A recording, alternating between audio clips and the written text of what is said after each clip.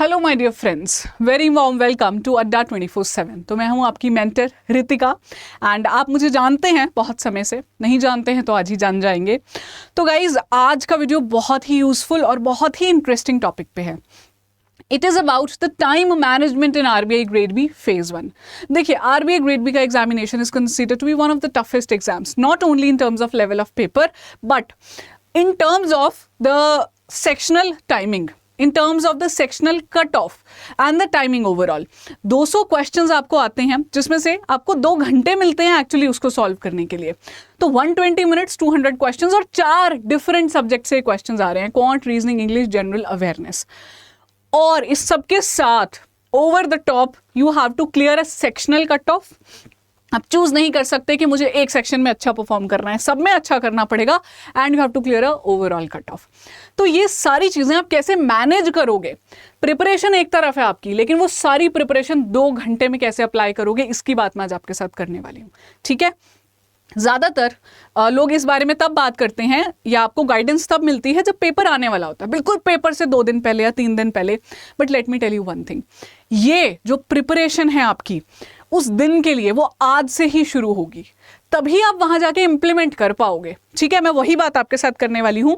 हम आगे बढ़े इस वीडियो में, उससे पहले मेरी आपसे रिक्वेस्ट है कि आप प्लीज हमारे चैनल को सब्सक्राइब कीजिए अगर नहीं किया है अब तक। तो बहुत क्वालिटी कंटेंट आप खुद फील करेंगे जब आप हमारी वीडियोस देखेंगे कि आपको मिल रहा है इस चैनल पर रेगुलर बेसिस पे। मैं ही नहीं, हमारे एक्सपर्ट फैकल्टीज भी ला रहे हैं। अपार्ट फ्रॉम दैट, अगर आपके पास हमारी मोबाइल ऐप नहीं है उसको भी डाउनलोड कर लो। इतनी अच्छी एप्लीकेशन है जो आपको प्रोवाइड करती है इतना सारा फ्री कंटेंट। और अगर आप मन बनाते हैं कोर्स लेने का या आपके पास कोर्स है, फिर तो आपको ऐप चाहिए ही है, क्योंकि कोर्स लेने के लिए ऐप से यूज करोगे, ऐप पे जाओगे और कोड यूज करोगे जो कि ये लिखा हुआ है Y754, तो 77% तक का डिस्काउंट मिलता है आपको। ठीक है, तो वापस आए मुद्दे पे, आरबीआई ग्रेड बी फेज 1। तो देखिए, इसके जो पॉइंटर्स हैं हम जान लेते हैं। 4 सब्जेक्ट्स हैं आपके, ठीक है, जो मैं बता चुकी हूं आपको। 200 क्वेश्चंस आते हैं आपके, ईच क्वेश्चन कैरीज 1 मार्क, तो 200 मार्क्स का ये पेपर होता है आपका। 120 मिनट्स मिलते हैं 200 क्वेश्चन सॉल्व करने के लिए। और सबसे खास इस पेपर को बनाता है कट ऑफ, क्योंकि 2 कट ऑफ आपको निकालनी है। एक आपको निकालनी है sectional cut of, her section में आपको एक बेयर मिनिमम मार्क्स चाहिए हैं, और ओवरऑल कट ऑफ भी निकालनी है। इन सब की वजह से ये पेपर एक्चुअली बन जाता है मुश्किल। पर अगर हम इस चीज को सॉर्ट कर लें तो कहीं ना कहीं वो जो लेवल ऑफ डिफिकल्टी हमने बना रखी है वो हमारे लिए रिड्यूस हो जाएगी। थोड़ा समझते हैं पेपर को। आपका जो जीए है, हाईएस्ट वेटेज है, इसको हम किंग सब्जेक्ट भी बोल सकते हैं, क्योंकि 80 क्वेश्चंस हैं, 80 मार्क्स का है और 25 मिनट्स मिलते हैं। ट्रस्ट मी, आप 80 क्वेश्चंस पूरे पढ़ भी नहीं पाते हो जब आप सॉल्व कर रहे होते हो। 25 मिनट के अंदर टाइम खत्म हो जाता है और आपको लगता है मैंने तो अभी क्वेश्चन भी नहीं पूरे पढ़े थे, मैं मार्क कैसे करता या करती। वो कैसे मैनेज करना है वही बताने वाली हूँ मैं आपको।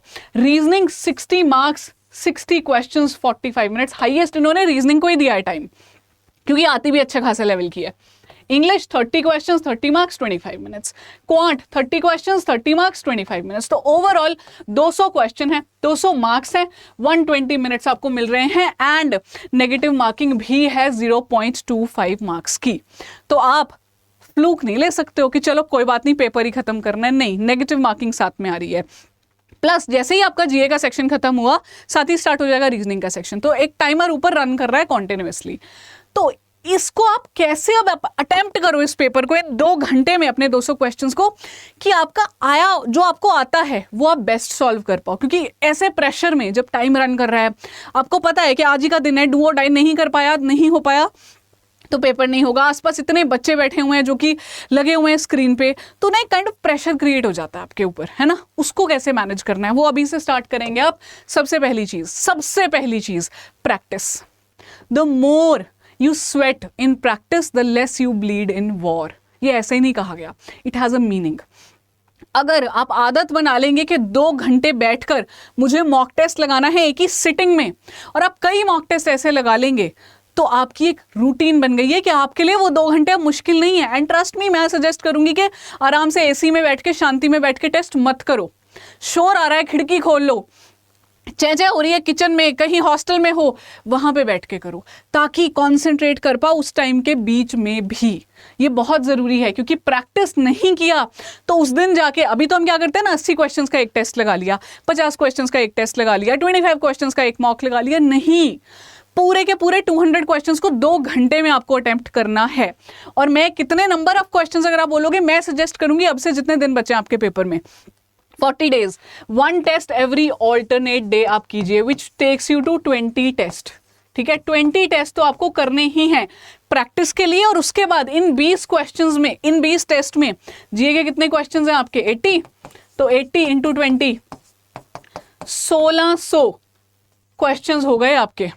ये तो याद ही कर लो, रट लो इन क्वेश्चंस को। 1600 क्वेश्चन याद करके जाओगे, क्या वहां जाके क्वेश्चन आपके कट ऑफ के भी क्लियर नहीं होंगे? होंगे, डेफिनेटली होंगे। ठीक है, ये आपने सबसे पहली चीज करनी है, टेक इट वेरी सीरियसली। आप प्लीज ऐसा मत सोचिए मुझे बिल्कुल शांति चाहिए अपना टेस्ट करते हुए, कॉन्सेंट्रेशन चाहिए हमें और प्रैक्टिस चाहिए 2 घंटे बैठ के बिना पानी पिए एक डट होके पेपर सॉल्व करने की। This is really gonna help you. Second, choose your battles. Why do I से इट? हर बैटल लड़ी नहीं जाती। कैसे चूज करोगे बैटल? यहां पे बैटल क्या है? क्वेश्चंस। 200 क्वेश्चंस मिले हैं आपको, 2 घंटे मिले हैं। आप हर क्वेश्चन सॉल्व नहीं करोगे, क्योंकि आपको क्या निकालनी है? Cut off. आपको 200 में से 200 नंबर नहीं लेने हैं, ले सकते भी नहीं हो, पेपर बनाया ही नहीं गया, डिजाइन ही नहीं किया ऐसे कि आप पूरे मार्क्स लो। You have to choose your battles, that which question I need to do, which question I need to leave, that you will decide based on your strength and on your weakness. आप बहुत सारे questions जो हैं prepare करके गए हैं days के, ठीक है, वहां जाके आपके हिसाब से डेज आपकी स्ट्रेंथ है, वहां जाके आप देखते हैं कि आपको जो पूछा गया है वो क्वेश्चन नहीं आ रहा डेज का, तो सिर्फ इसलिए क्योंकि आपने तो डेज बहुत पढ़े थे, आपका मन करेगा अटेम्प्ट कर देता हूं यार, देखी जाएगी। सिर्फ देखी जाए पे अटेम्प्ट मत करो। इफ यू फील कि हाँ इस लॉजिक पे लग रहा है मुझे ये आंसर होगा, तभी अटेम्प्ट करना। क्योंकि वो जो 3 क्वेश्चन है ना, जो आपने ऐसे ही, क्योंकि आपका मन कह रहा था यार मैंने तो पजल्स इतने प्रैक्टिस किए थे, कैसे छोड़ दूं ये पजल, जब आप ये सोचते हैं तभी प्रॉब्लम आती है। अपनी स्ट्रेंथ डिफाइन करके रखो कि मेरे ये टॉपिक्स हैं जो बहुत अच्छे से प्रिपेयर्ड हैं, ये मेरे टॉपिक्स हैं वीकनेस है, लेकिन उस पे जाके अड़ना नहीं है पेपर में, क्योंकि कई बारी जिसको आप वीकनेस मानते थे उस पे आ जाएगा इजी क्वेश्चन और आप छोड़ दोगे, क्योंकि आपको तो ये लगता है कि ये मैंने किया नहीं है, पर आपको वहां पे यूज करना अपना दिमाग कि मेरी स्ट्रेंथ वीकनेस है, लेकिन पेपर क्वेश्चन तो पढ़ लूं, क्या वो है सॉल्वेबल? तो ऐसे आपको चूज करना है। कुछ क्वेश्चंस आपको डेफिनेटली छोड़ने चाहिए, कोई उसमें रिग्रेट नहीं लेना, उन क्वेश्चंस को गिल्टी ट्रिप पे नहीं जाना।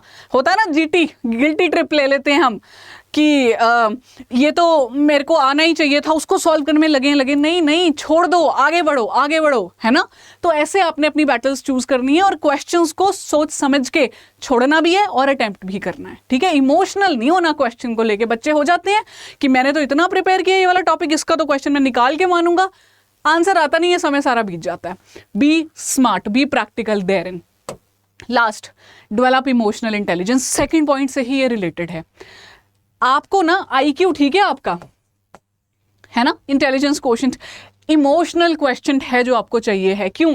क्योंकि अगर आप ये सोचेंगे पेपर में जाके आपने तैयारी की, सबने की है, आपने भी की है, वहां जाके आपको लगा पेपर तो मुश्किल आ गया, आया है आरबीआई की कट ऑफ देख रहे हो 66, 63, 200 में से कहाँ 130 तक कट ऑफ गई है आरबीआई की एक टाइम पे। तो जब इतना मुश्किल पेपर आया, बच्चों ने पता है क्या किया?